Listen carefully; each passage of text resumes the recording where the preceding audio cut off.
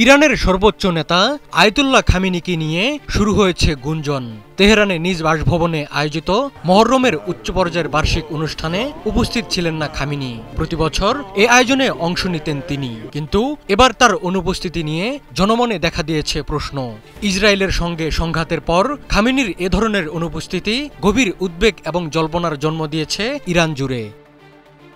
British সংবাদ মাধ্যম BBC জানায়, ইসরায়েলের সঙ্গে সংঘাত শুরুর পর থেকে প্রায় ২২ দিন ধরে জনসমক্ষে আসেননি খামেনি।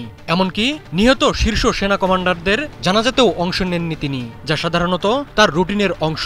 যদিও ইরানের রাষ্ট্রীয় গণমাধ্যমগুলো তার অনুপস্থিতি নিয়ে সরাসরি কিছু বলেনি, বরং এ সংক্রান্ত প্রচারের ভাষা ও দৃশ্যায়নে বিষয়টিকে স্বাভাবিক দেখানোর চেষ্টা চালানো হয়েছে। তবে বিবিসি পার্সিয়ান সার্ভিস বলছে, খামেনির জনসমক্ষে না আসা ইঙ্গিত দেয় যে তার জীবন এখনো ঝুঁকির মধ্যে রয়েছে। এদিকে ইসরায়েলের প্রতিরক্ষা মন্ত্রী ইসরায়েল কাটস এক সাক্ষাৎকারে জানান, ইসরায়েল খামেনিকে হত্যা করতে চেয়েছিল, কিন্তু এমন কোনো কার্যকর সুযোগ তৈরি হয়নি। ইসরায়েলি প্রধানমন্ত্রী বেনিয়ামিন নেতানিয়াহু তার বক্তৃতায় বলেছিলেন যে আয়াতুল্লাহ খামেনিকে হত্যা করলে যুদ্ধের অবসান হতে পারে।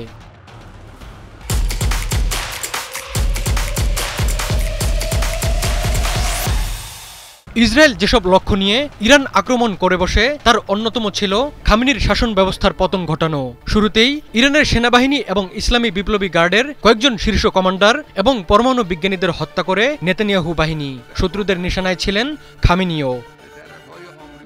ইসরায়েলের হামলা শুরুর পর নিরাপত্তার স্বার্থে নিজ বাসভবন ছেড়ে বাংকারে আশ্রয় নেন খামেনি। বন্ধ করে দেন মোবাইল বা প্রযুক্তির মাধ্যমে সরাসরি যোগাযোগ। কেবল একান্ত বিশ্বস্ত দূতের মাধ্যমে সেনা কর্মকর্তা ও অন্যান্যদের সঙ্গে যোগাযোগ চালু রাখেন।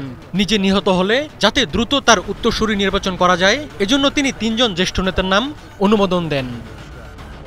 ইসরায়েলি পরিকল্পনায় মোটেও বিচলিত হননি ইরানের সর্বোচ্চ নেতা, বরং বজ্রকণ্ঠে ডাক দেন প্রতিরোধের। তার অনুপ্রেরণাময় বক্তব্যে উজ্জীবিত হয়ে ইরানি বাহিনী পাল্টা আক্রমণে ঝাঁপিয়ে পড়ে। পতন তো দূরে থাক, ইরানের মাটিতে আরও মজবুত ভিত্তি পায় আয়াতুল্লাহ খামেনির শাসন।